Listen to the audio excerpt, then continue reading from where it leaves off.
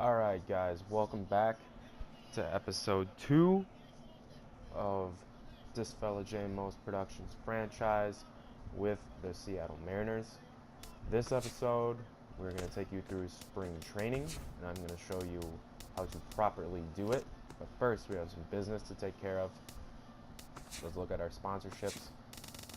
So this is what I usually do. I have Rawlings Gold, 20K per game, put that there. Wilson, 59 per strikeout, put that there. And Franklin, 20 per win, I put that there.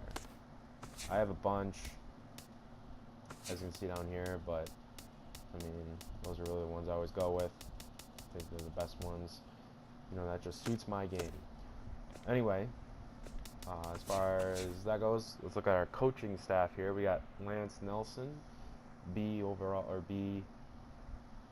whatever you want to say, as manager. Joe Wolferson, C overall. Hitting coach, pitching coach, Adam Dickinson, C. Phil Van Valkenburg, C at first base. Third base, we have Duncan Buttinger as a C. And farm director, we have Russell Hanna as a B. So, okay, coaching staff. I'd like to see it a little bit better. They don't have any of like the authentic guys on here, I don't think, besides maybe Buttinger and Valkenburg or whatever. I know Scott Cerveas is the manager. I know Edgar Martinez, I think is his name, if I'm correct. I'm a Mariners fan again, is the hitting coach. So I know Lloyd McClendon was a manager a couple years ago, and I actually worked out with him. He's from the area I'm from, so I worked out with him a couple times. Anyway, let's get you guys through spring training here. So really, I'll get into the training and scouting once the actual season starts, but that's kind of irrelevant right now. Let's take a look at I don't know why it says beginner up there. Experience, beginner. Let's go to experience. So, hitting, I do, I'm on All-Star, yeah. Let's go All-Star. We're going to go directional buttons, flick, recital, fisheye. There we go. Pitching, All-Star, pulse. I always do pulse. I hate the meter. I've always hated the meter. Broadcast, pitch confidence on, classic. Buttons. We'll do the throwing meter for you guys. Let's go All-Star. Fielding assist. Off. Throw canceling off. In-play defense medium. Strike zone on. Hot zones preview. Warm-up relievers on. I don't know what this is. Let's just do progress, I guess. Off. Turn all that stuff off. On. So that goes that for that. More specific options. Manual. So we're doing everything manual here because we are the GM. Presentation options. That's all set. What else do we have here? Gameplay options. I think we've covered all of this, have we?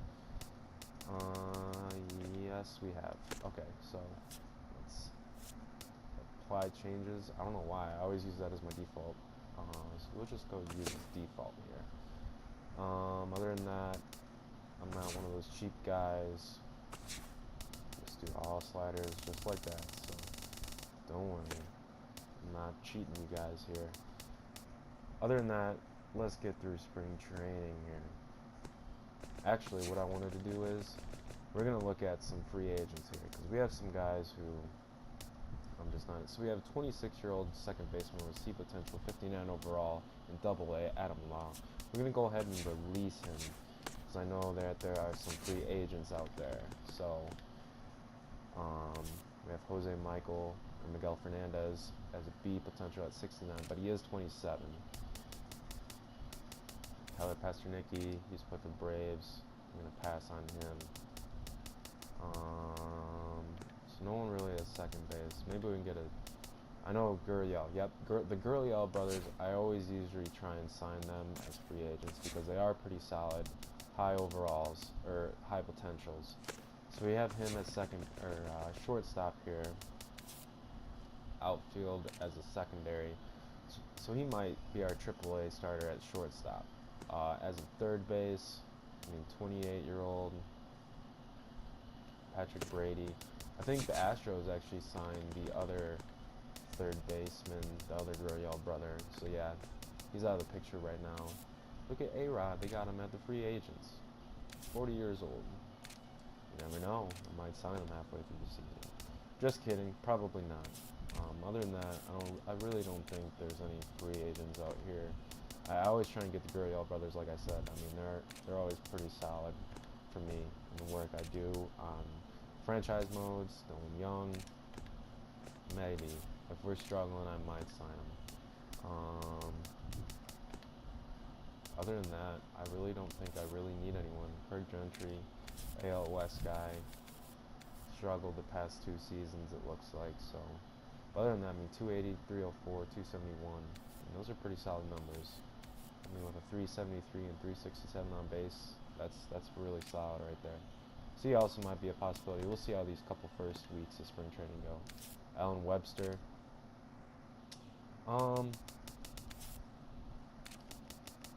Let's see, because I know our rotation, we have LeBlanc here. Those are, 48 hits per 9, 38 Ks per 9. That's not too great of numbers there. So you know what, I might try. Let's free up someone here.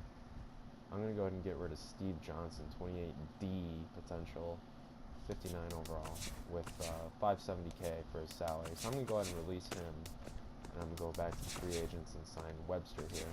It was in the Boston Red Sox organization. So we're going to go ahead and sign him. We're going to give him a shot here.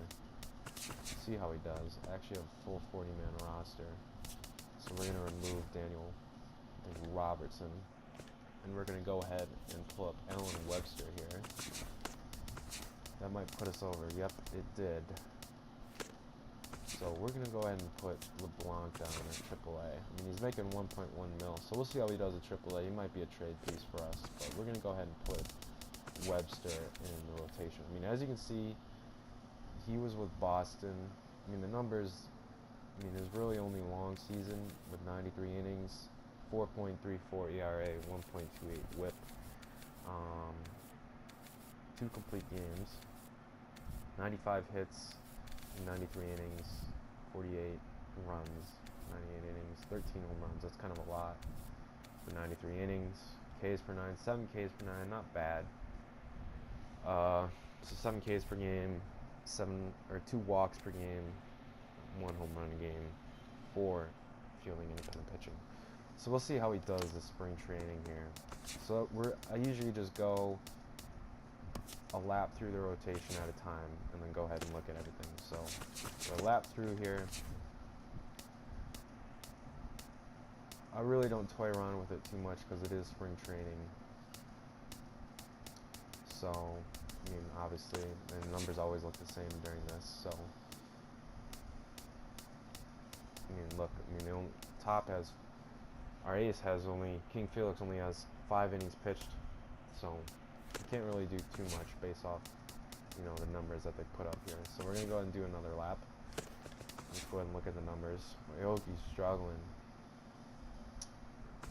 Go ahead and bump Martine up. See if, give, Aoki a break there. See if he can, kind of get it together a little bit. Go ahead and put Seager there. See what happens. Other than that, it looks okay. I might put Marte there. Looks like the bottom half of the rotation is struggling. So usually I'll give it one more lap through, and then I'll start looking at my roster and sending guys down. So,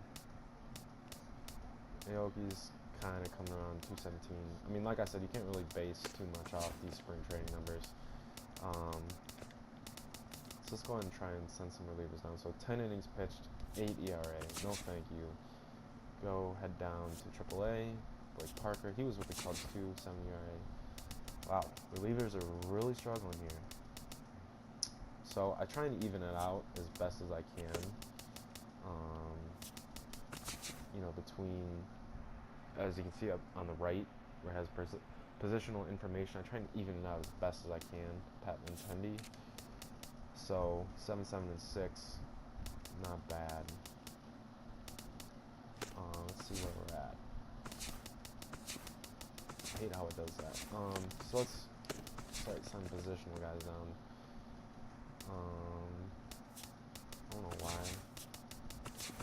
So we have 4 catchers here. I'm going to go ahead and send Brantley down. He's a little bit younger. See if he can develop a little bit. Clevenger's kind of struggling, but all the catchers are. So let's keep 3 catchers for now. 2 first basemen. Freeman's going to go down. O'Malley. We're going to send Sardinias down. Kind of platoon these 2 guys, both 22 years old. Around the same overall in potential. So we'll see who kind of wins that position battle there. Baxter. Go ahead and send him down for now. Keep this guy up for now, see how he does. He's batting 286, but he only has 7 at-bats right now. So we'll see how he kind of, if he fades or not. Send Boog down. And we'll send him down. He didn't get any at-bats. Sorry, bud, but getting sent down for right now. So we have 28 guys as of now. So sim another week. See who keeps their position and who doesn't. Back to rotations coming around. Webster is still struggling mightily. But that's okay. We'll give him a couple starts in the regular season and see how he does. I mean, he's 26 years old and he's 77 potential, or 77 overall with a B potential. He is pretty cheap for 5 years, so we'll keep him around for now. Let's go ahead and send Caminero down. So let's even this out. We have a bunch of guys. 6, 6, and 7. Matt Anderson, go and send him down. Forrest Snow, send him to single A.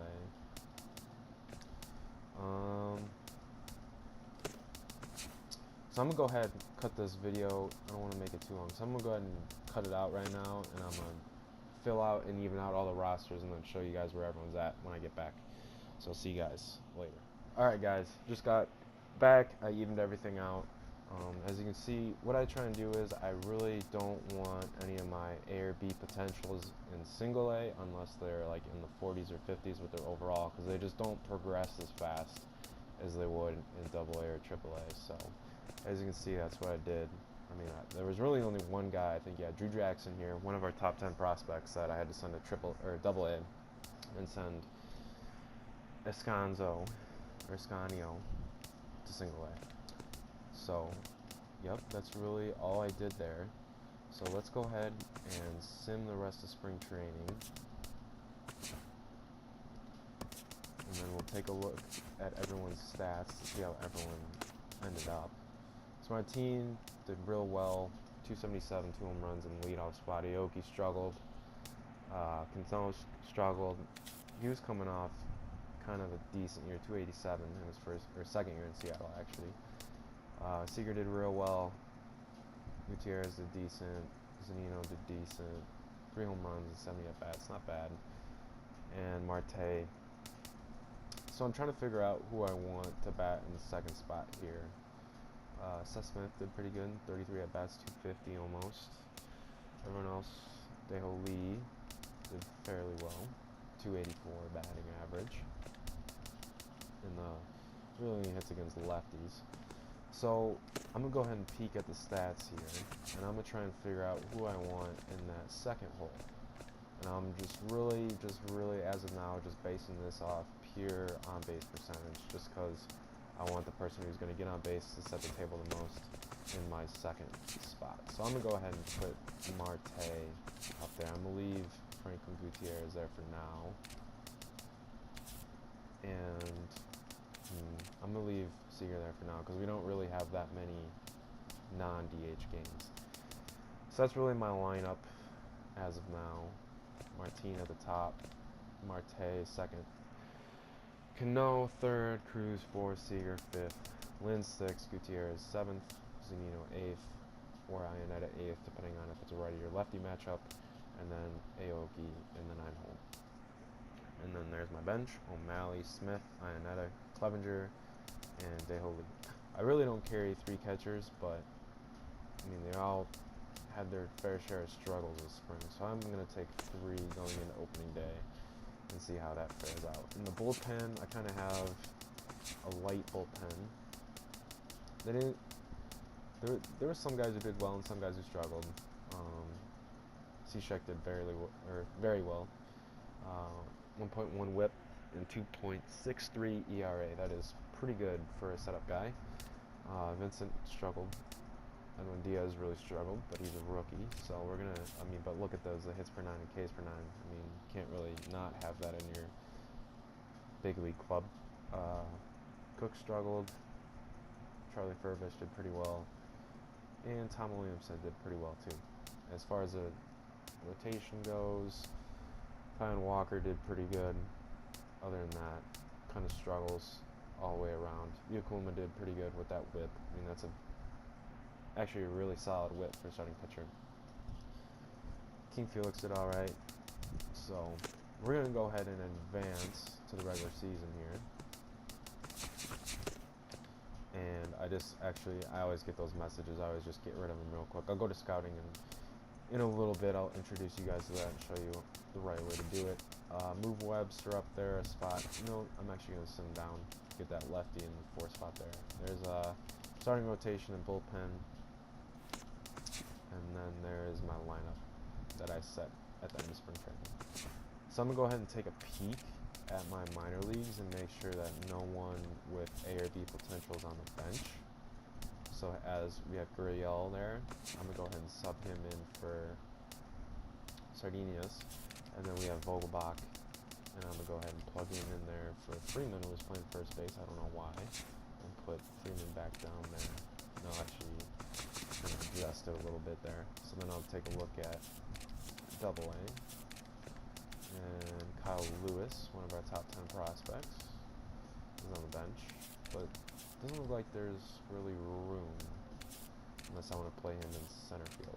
I'm going to go ahead and play him in center field. Just give him some at bats, see how he does. And if he struggles, I can always take him out. So, as of right now, those are the lineups. And then I'm going to go ahead. And this always happens. I don't know why. They always put relievers in the starting rotation. So you have to kind of go through and get the relievers out of there. Go ahead and put Mendetti as a setup man. And then make sure everyone else, Brad Mills. And I really don't like to have long relievers because they don't get as many innings. The innings are really spread out well down there if you put everyone down there. But that's just what I've seen. So just go ahead with this. I just make sure all the overalls, it's decreasing from greatest to least. Zach Lee, they acquired him from the Brewers. Or not Brewers, the Dodgers. I'm really off today, sorry guys. I just had a really long flight this morning that I got back from, so then again, just make sure all my starting pitchers are actually in the rotation there. I sent Storin down to AAA because he had a very rough spring, so I'm going to see if he can turn it around. And then my Wade LeBlanc, I'm going to go ahead and sub him in for Wheeling. And I'm going to put Storin there. I'm going to put Wheeling down here so he gets some innings. And then I'm going to go ahead and make sure that all the overalls are from top to bottom. So 72, 70, 69, 69, 68, 66, 65, 64, 63, 63. So not bad, but not great. And here we are, day before opening day. So that's really it for now. I think this will I'll leave it here. And some of the stats, recap. I just wanted to just kind of say what they are, just so if I talk about them, you guys know what they are. For hitting, there's this thing called WABA, and that is weighted on base plus average, and the league average for that is 322. So if I start talking about that, and some of my guys, I have all the numbers here, so you guys know what that is. It's really just like the overall value of the hitter. I mean, it's really like all the stats in one. So, if the guy's WABA is above 322, he's probably an above average hitter. Another thing I'll be talking about is BIP, which is batting average for balls hit and play, and the average for that is 300. So that basically means what's their average if they hit the ball in play. So, if a guy is hitting the ball and he has a 187 batting or BIP, then He's just getting out a lot. He's putting the ball in play, but he's getting out a lot. So either that's weak contact or just, just not, he's just not finding holes. So if I talk about those a lot, now you know what they are. And then there's WAR too. I think everyone knows what WAR is. It's wins above replacement. It just kind of like measures someone or evaluates them compared to the replacement level player that they're playing above. And then as far as pitchers go, I've already talked about fielding independent pitching. I've talked about that, so you guys know what that is. And then I'll also kind of maybe talk about ground ball versus fly ball rates, which is you always want ground ball pitchers instead of fly ball pitchers, because if you hit the ball in the air, it has a better chance of going out of the. It has a better chance of being a home run. It has a better chance of, landing than it does on the ground. You have a better chance of getting a hit if you hit the ball in the air, basically is what I'm saying. Which is, actually, a lot of coaches mess that up when you're young. They always say hit the ball on the ground, and that is wrong. You want to hit the ball up in the air. So, and then I also might talk about runs created, and that's for hitting.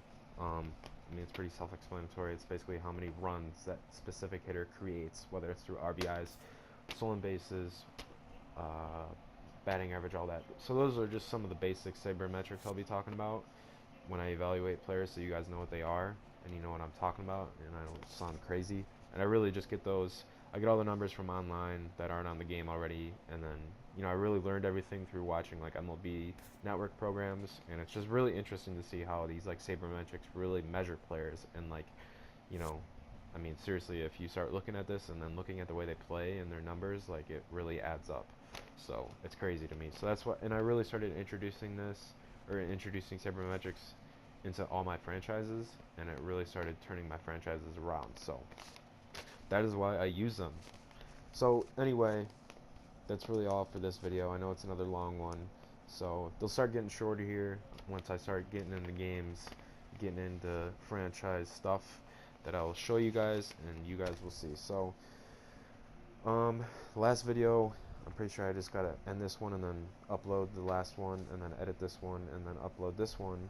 So, and I'm gonna try and get the third or the fourth one opening day and the rest of this week in right after this one is uploaded and edited. So stay tuned, guys. I appreciate all you guys watching. So the next video, we have opening day, King Felix against Yu Darvish, 4th of April at 3:05 in Texas. So that'll be the next video, and I'll jump right into it. I won't be blabbing on and on and on, making really long videos. So till next time, thank you for watching. I really appreciate it, and I will see you guys later.